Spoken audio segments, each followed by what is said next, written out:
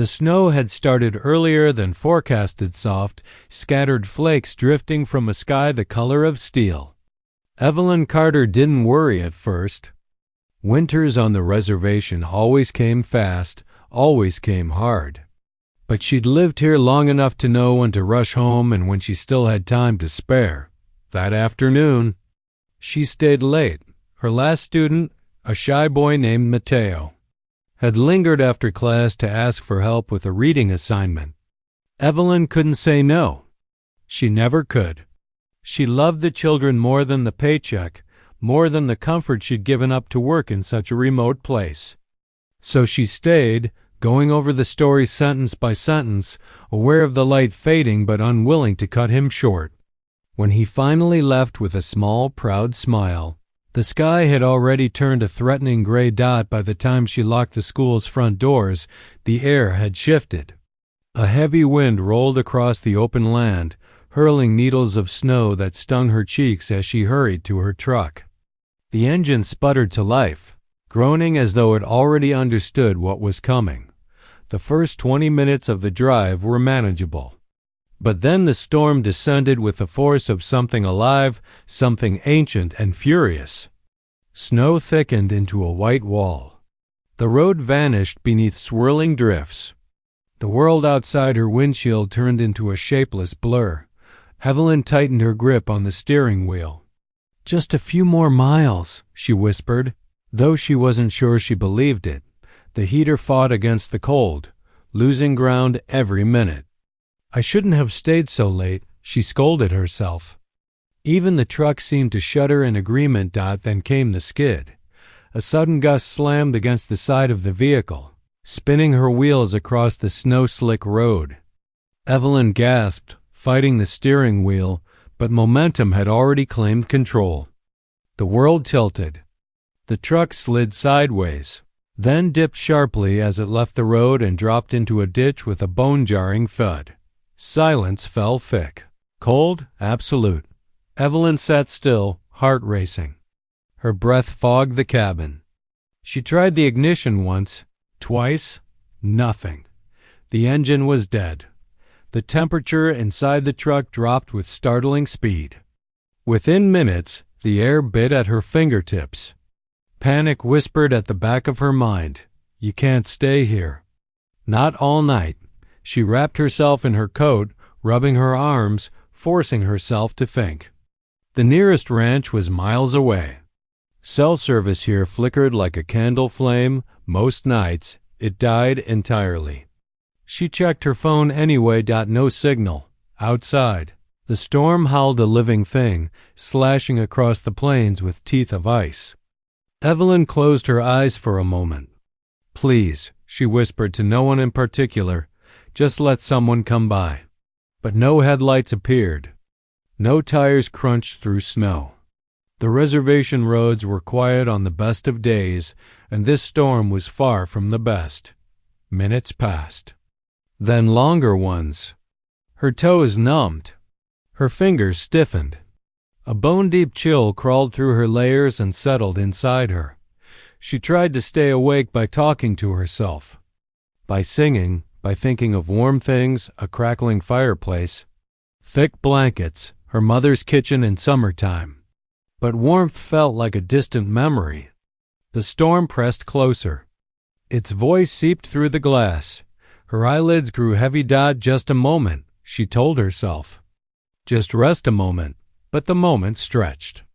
The wind faded. Everything softened into a quiet white haze. Then, faintly, she heard it, a sound that didn't belong to the storm. HOOFBEATS. Slow. Steady. Purposeful. At first, she thought she was imagining it, the way freezing minds hallucinate salvation. But the rhythm grew louder, sharper. Something dark moved through the blowing snow, tall and resolute, a horse, and on its back a man. He stopped beside her truck, the horse snorting clouds into the frozen air. The man swung down in one fluid motion, boots crunching through the drift as he approached her window. He wiped the frost from the glass, and for a moment Evelyn couldn't breathe, not from fear, but from the surreal sight of a face she recognized instantly, Chayton Silverhawk, the billionaire rancher.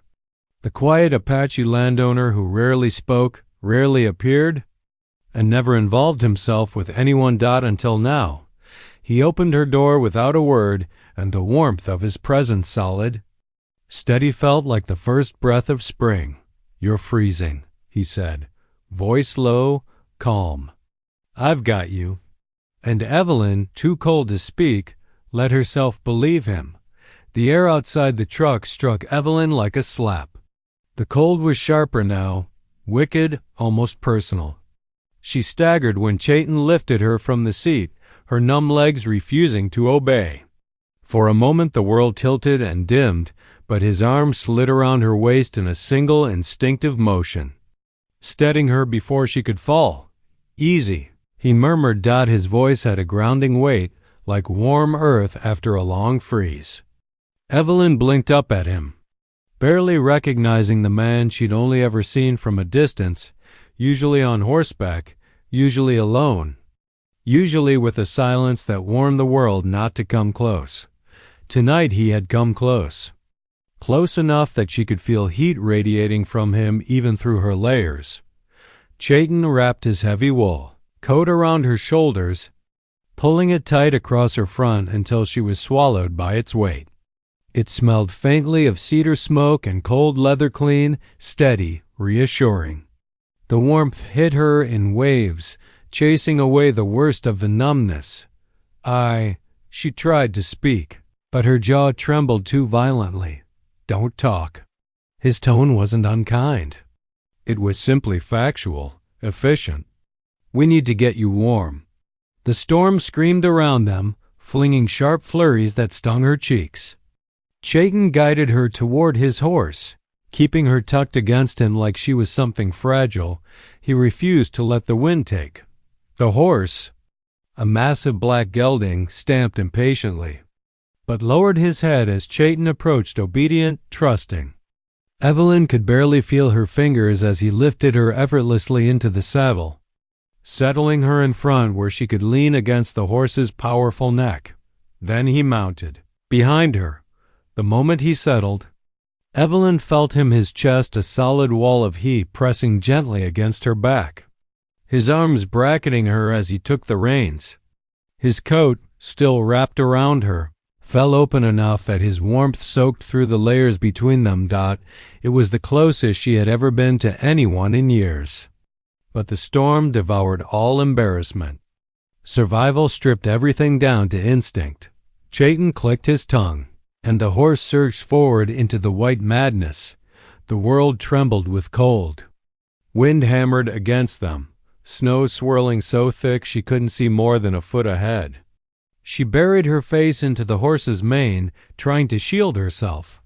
Chayton lowered his head beside hers, his cheek brushing her temple as he spoke. "Stay awake," he instructed, his breath warm against her skin. "You fall asleep out here, you don't wake up." She swallowed, forcing her eyes open. The warmth of him, his breath, his body, the steady rhythm of his heartbeat against her back kept her conscious more effectively than fear could. How did you find me?" she managed to whisper. "Tracks," he said. "Fresh ones." Snow had nearly buried them, but apparently not enough to evade a man who'd grown up reading every mark the land offered. Evelyn tried to picture it her. Tire marks swallowed by white, her fading prints leading to a stranded truck, and a lone rider following them through a blizzard that could break. A grown man. Why? Why would he risk that? "You shouldn't have come out in this," she said weakly. "You shouldn't have either." She might have laughed if her teeth weren't chattering. "I didn't think it would get this bad. No one ever does." His arms tightened slightly around her as the horse climbed a small ridge. "But storms don't care what we think." Minutes blurred. Maybe hours. Evelyn's mind drifted, the cold trying again and again to drag her under. Each time she wavered, Chayton gave her a small jolt back to the present, a word. A squeeze of his hand on the reins, the rumble of his voice. Almost there. She lifted her head, Through the raging white curtain, a shape appeared, a cabin tucked against a rise, smoke curling faintly from its chimney. Warmth, shelter, life. Her breath hitched in relief. Chayton slid down first, then lifted her from the saddle. Her legs buckled, but he swept her up easily, cradling her against his chest. The contrast between the cold storm and his solid warmth was overwhelming. It made her shiver harder. "Hold on," he murmured. She clung weakly to his coat as he carried her toward the door, his stride sure despite the snow piling around them. Inside, a burst of heat wrapped around her as he kicked the door shut behind them. She didn't know it yet, but this cabin, this moment, this quiet rescue, would change everything that came after. The warmth struck Evelyn like a wave, so sudden, so complete, that for a breath she felt dizzy. Chayton didn't pause. He shifted her weight in his arms and carried her deeper into the cabin, past the wooden door that had slammed shut behind them with a protective finality. The room smelled faintly of pine, smoke, and leather. Fire crackled in a stone hearth, casting long shadows that danced across the walls. It was a simple cabin, but everything inside it was built to withstand winters far harsher than this one. Heavy beams crossed the ceiling. Sturdy hand-carved furniture stood against the walls. A thick rug covered the wooden floor, its pattern woven in deep reds and browns. Chayton knelt beside the fire and set Evelyn gently onto a low bench covered with a wool blanket. She shivered so violently that her teeth clicked. Her fingers, stiff and aching, struggled to loosen her seatbelt coat. "Don't," Chayton said quietly. "You're frozen through." "Let me." The words should have felt intrusive. Instead, they felt steadying, like someone handing her solid ground after hours of fighting the storm. He worked carefully, removing her gloves first. Her hands were pale, almost translucent, trembling uncontrollably. He held them close to the fire, rubbing warmth into them with slow, deliberate strokes. His touch was warm, too warm compared to her icy skin, and the stark contrast sent pins and needles skittering through her fingers. Evelyn winced. "I know," he murmured.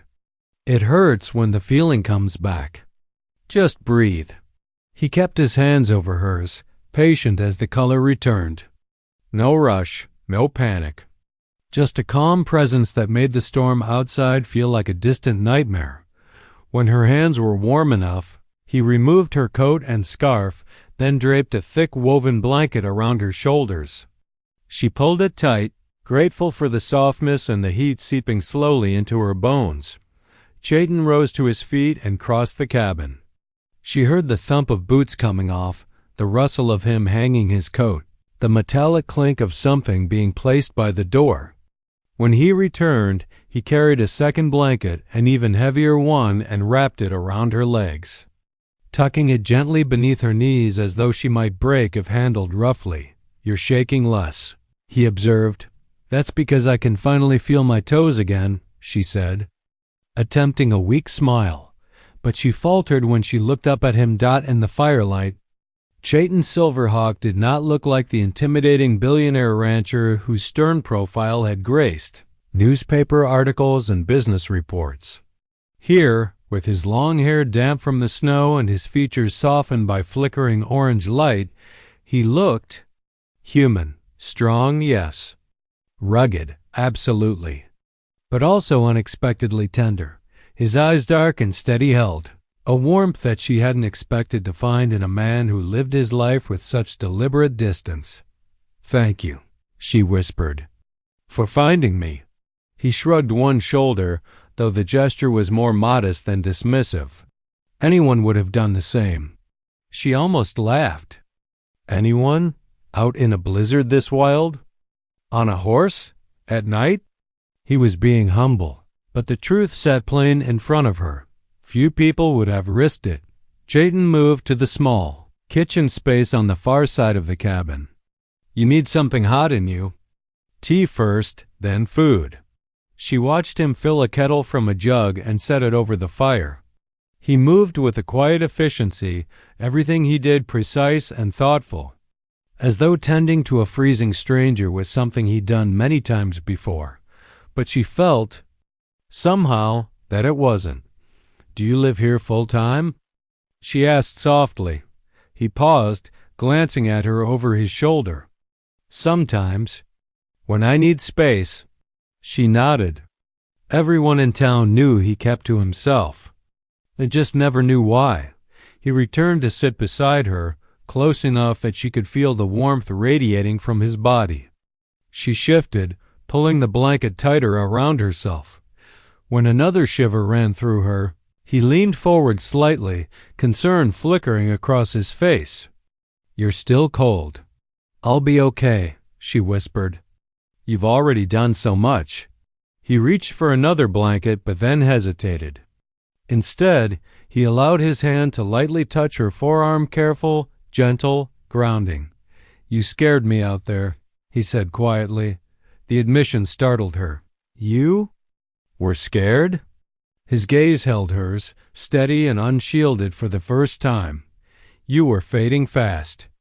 "And losing someone in a storm?" He swallowed, jaw tightening. "It stays with you." A silence settled between them, soft, warm and strangely intimate. The cabin crackled.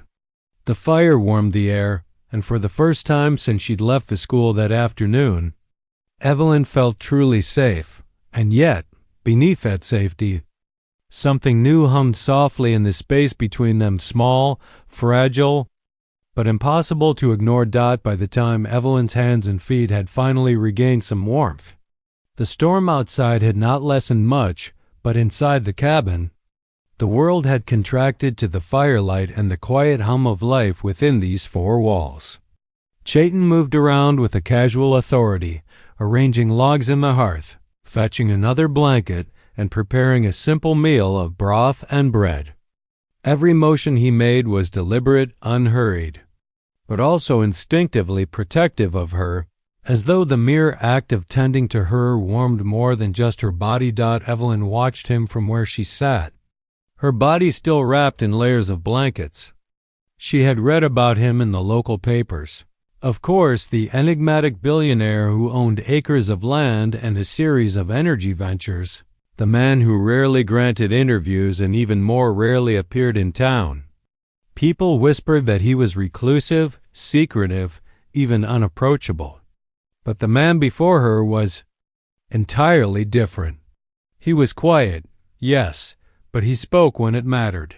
His gestures were measured but caring. There was a presence about him, a weight that seemed both formidable and gentle at once.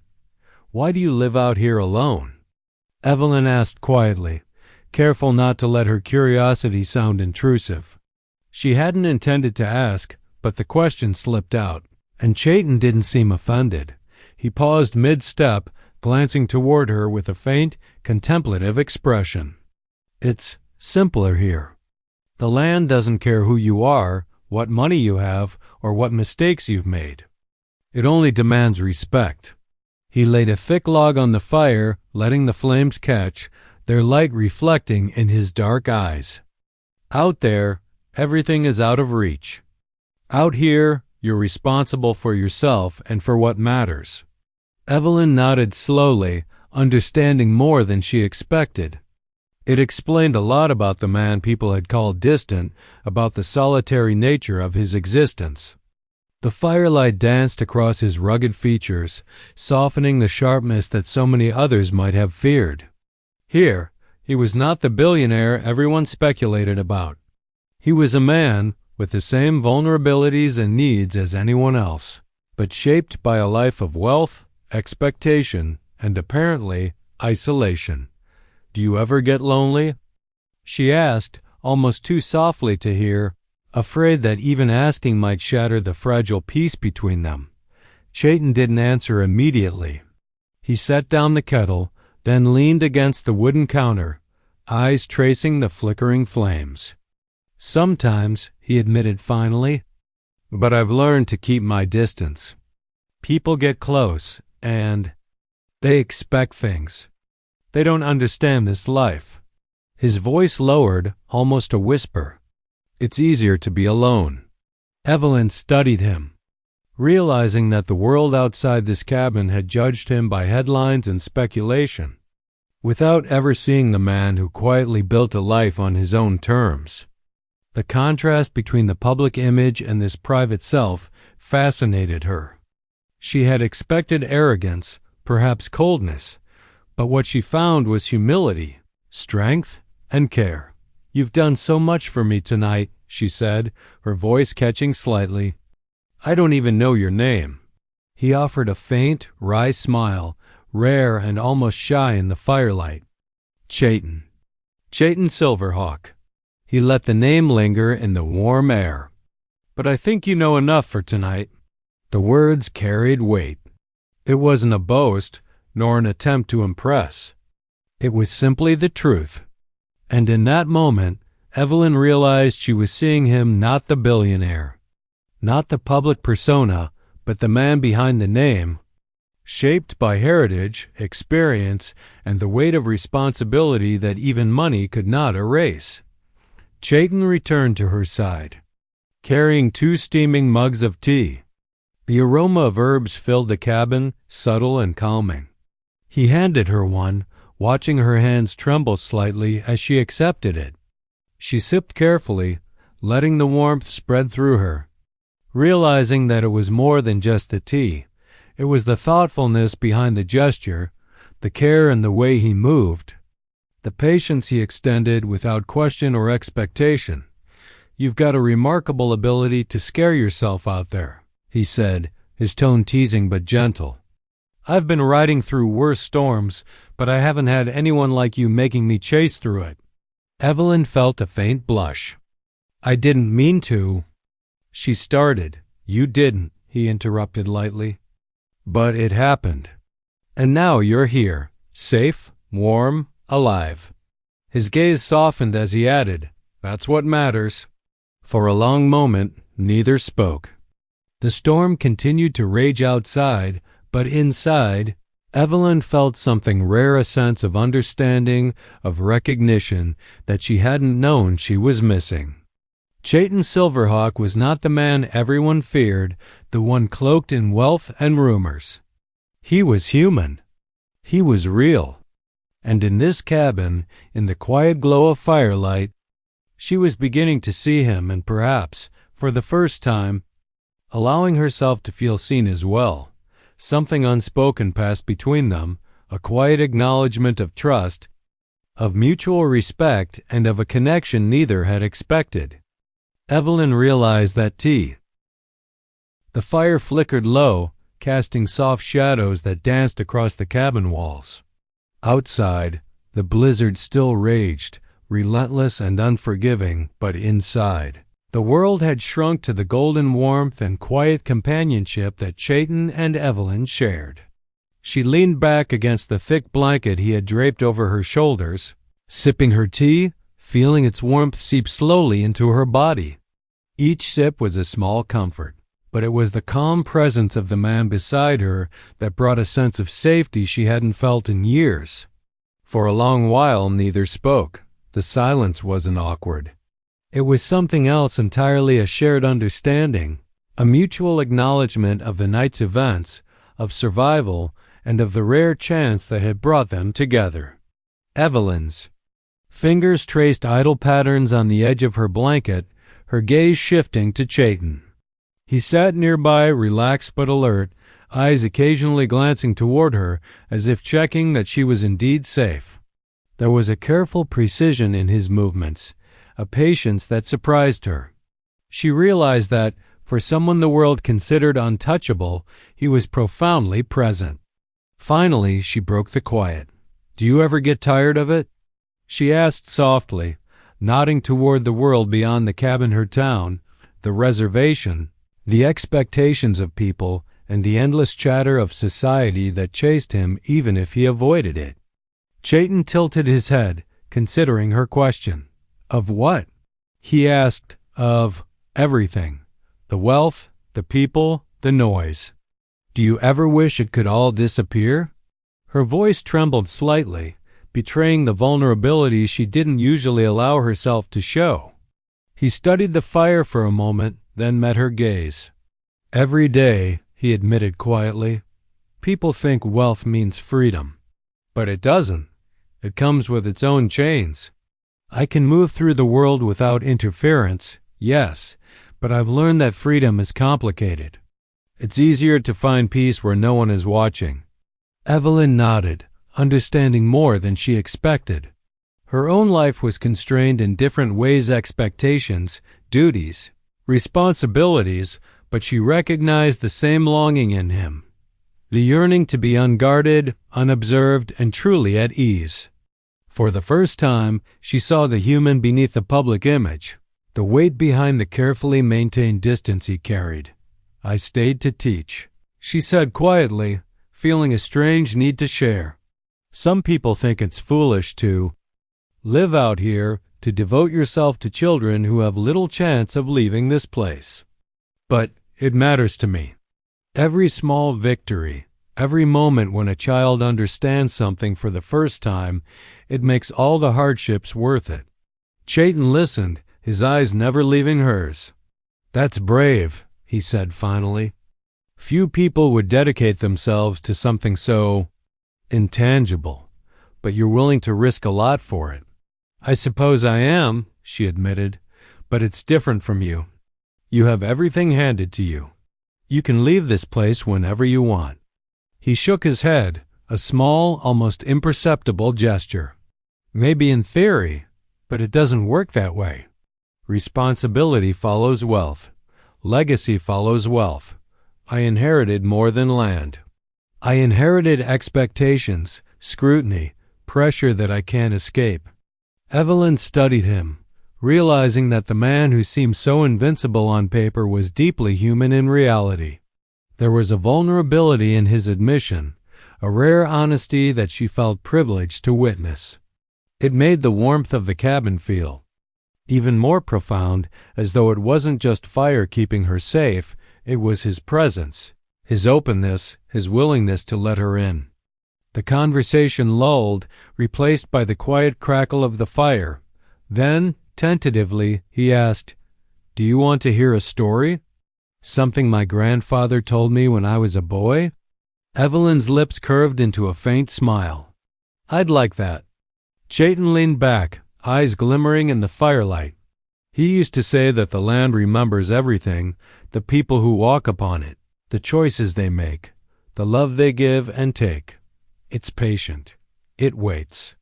It rewards honesty, courage, and respect. And it punishes the opposite, I think. I think that's why I've come to respect this place more than anything else.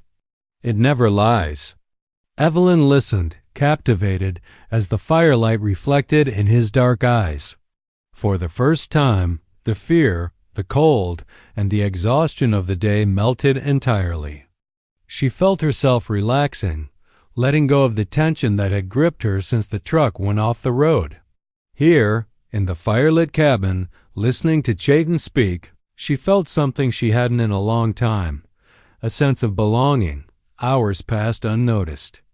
The storm outside raged, but inside, stories flowed of ancestors, of lessons learned, of quiet triumphs and regrets. Laughter even slipped through the moments, soft and rare, but genuine. The night stretched, intimate and unbroken, weaving a tapestry of trust between them.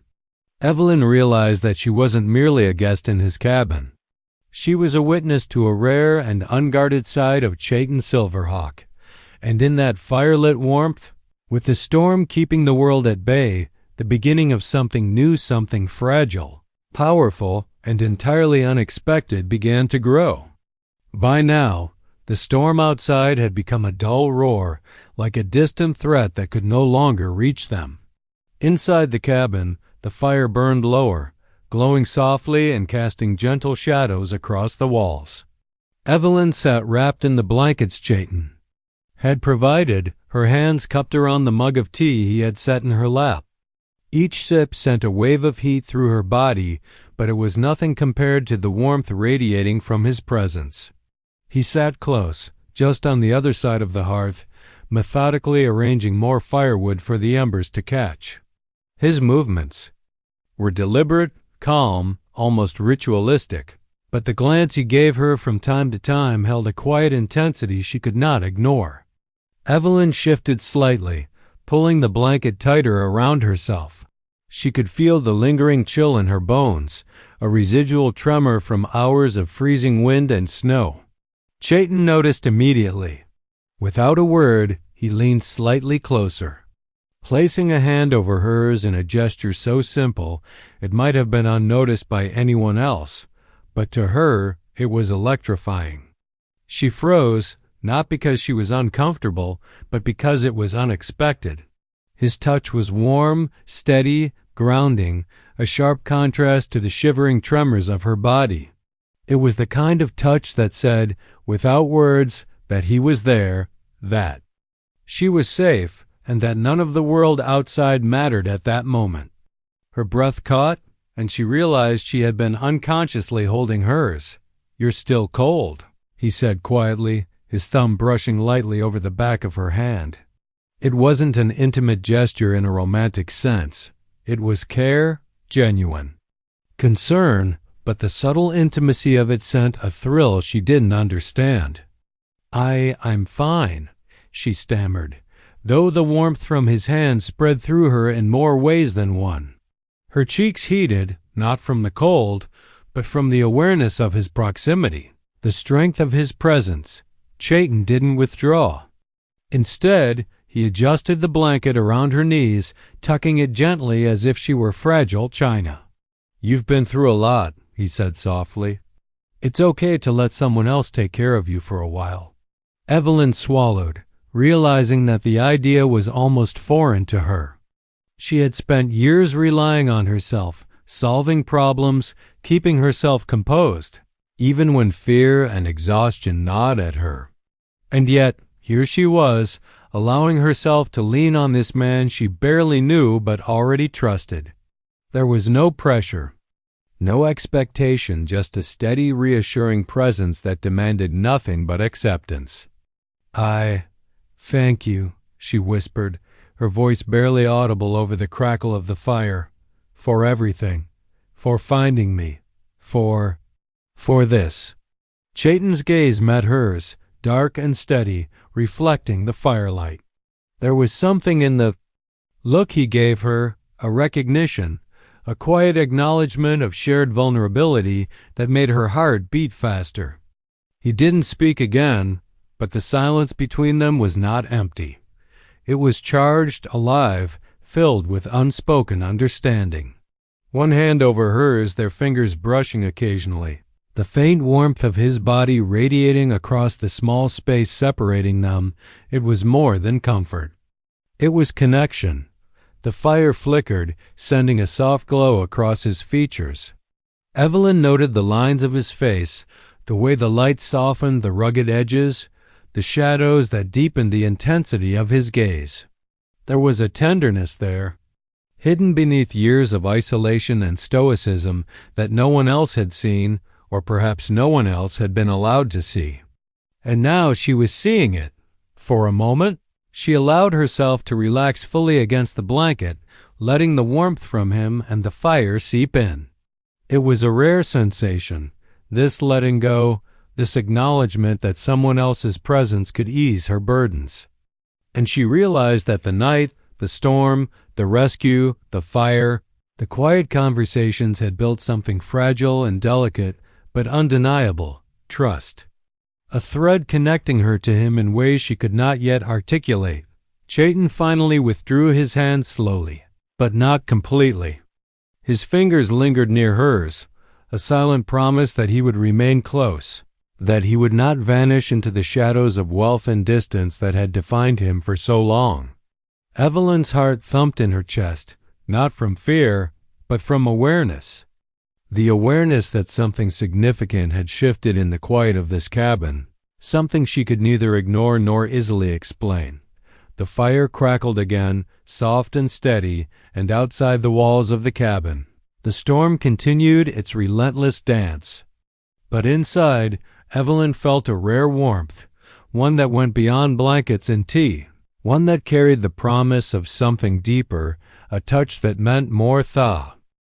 The first light of dawn filtered through the frost-lined cabin windows, soft and pale, painting the room in muted shades of gold and silver.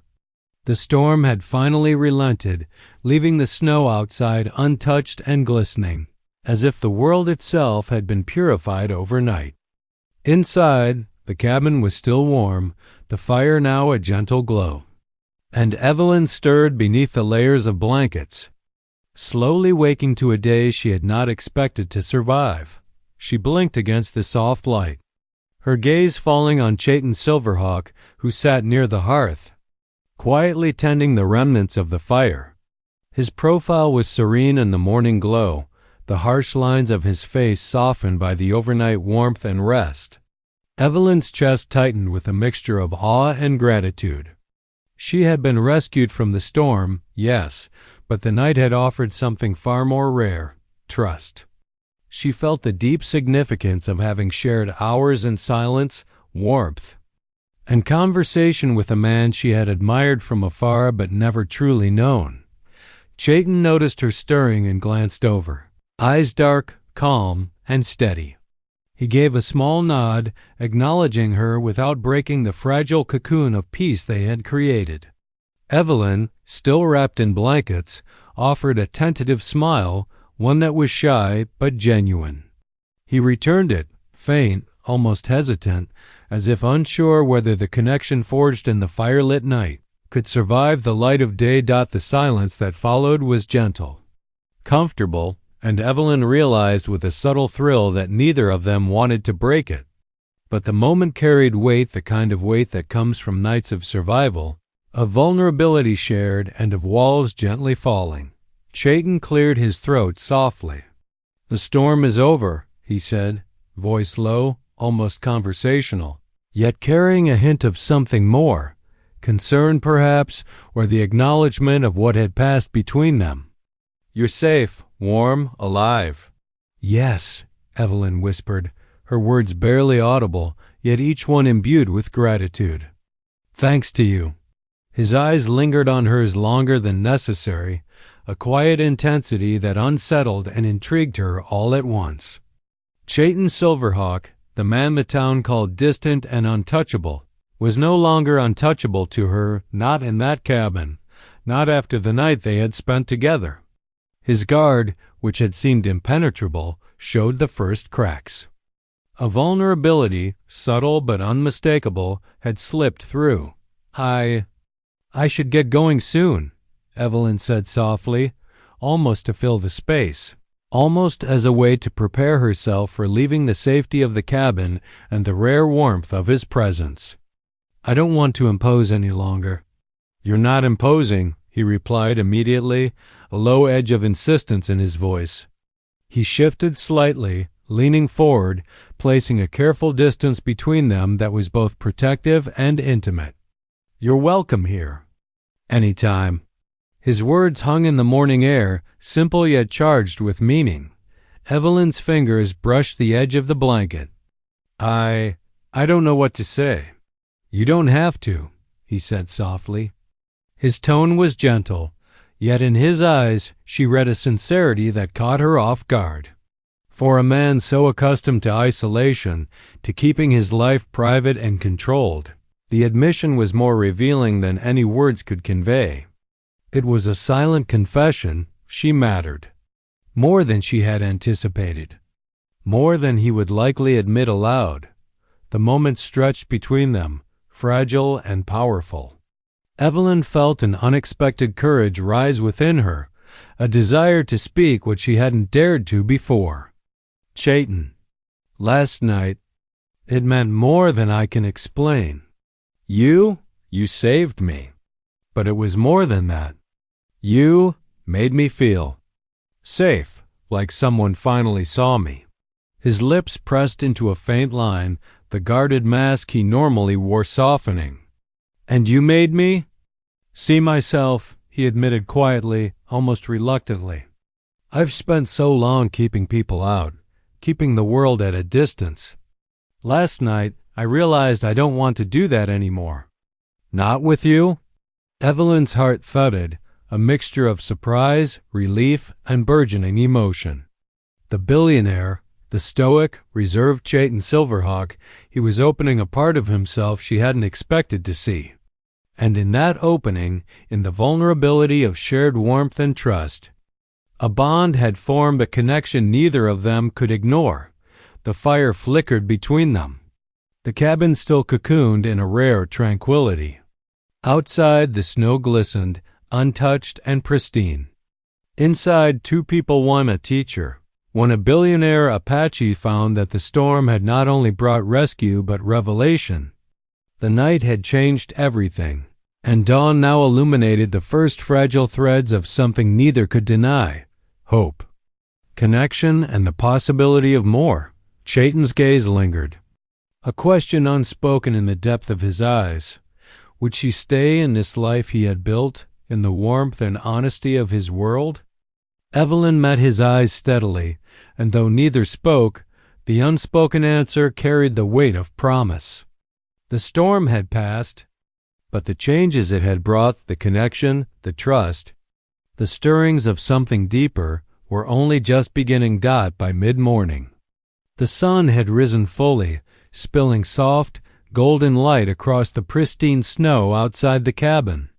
The storm that had threatened to engulf Evelyn's life only hours before was now a quiet memory, leaving the world calm, sparkling, and untouched.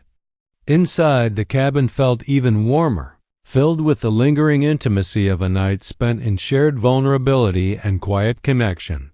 Evelyn sat by the hearth, wrapped in the same thick blanket, sipping the last of her tea.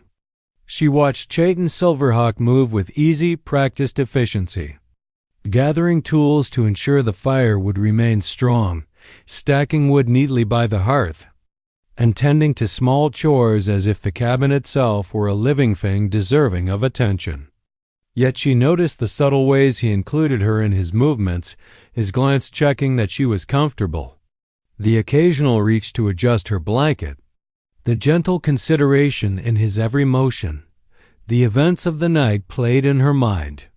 She remembered the storm, the cold that had nearly claimed her, and the strength and decisiveness of the man who had rescued her. But more than that, she remembered the warmth of the fire, the quiet conversations, and the moments of intimacy that had nothing to do with romance yet everything to do with trust. The careful touch of his hand over hers, the shared stories of heritage and life, and the silence that had spoken louder than words ever could, all of it had changed something inside her. Chayton finally turned toward her, his dark eyes soft in the morning light. "The roads are cleared enough," he said quietly. "You can get back to town safely." Evelyn nodded, her stomach twisting with a mixture of gratitude and regret. "Thank you for everything," she said, her voice catching. "I don't think I can ever repay you." He shook his head slightly, a small smile tugging at the corner of his lips. "You don't need to. Seeing you safe is enough." His gaze lingered on her, steady, unflinching, yet gentle. "But I hope this isn't the last time we see each other." Her heart skipped. She realized that, in all her years on the reservation, she had never felt an invitation so quiet and powerful.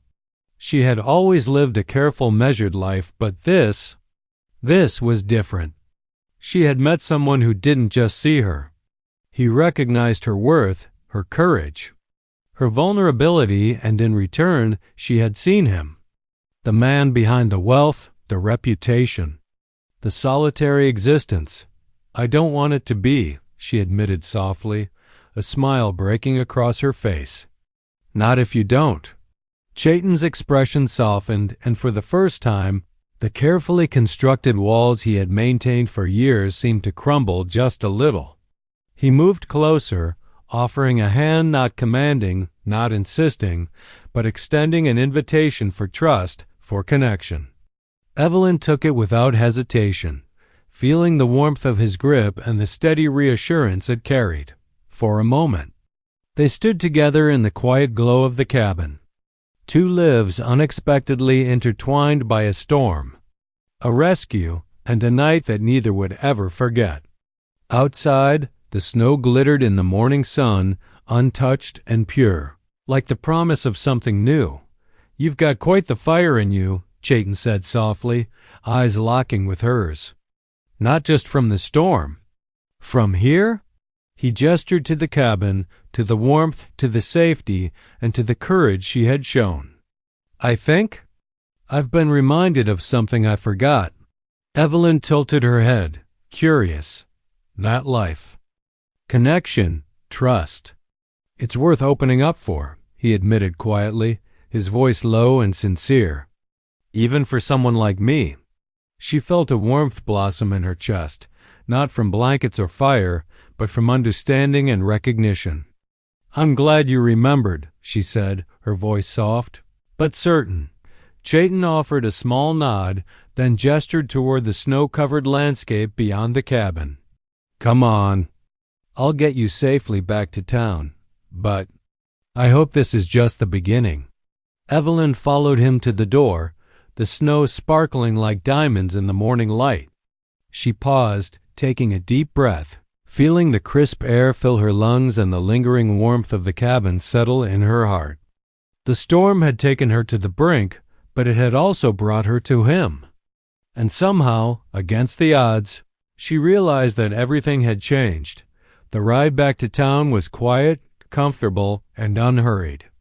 Evelyn leaned slightly against him, the same way she had leaned that night by the fire, and for the first time, she allowed herself to imagine what life could be like beyond survival, beyond caution, beyond the boundaries she had always set. When they finally reached the edge of town, Chayton stopped, looking at her with a soft, almost hesitant smile. "This isn't the end," he said. Evelyn smiled back, feeling a profound sea.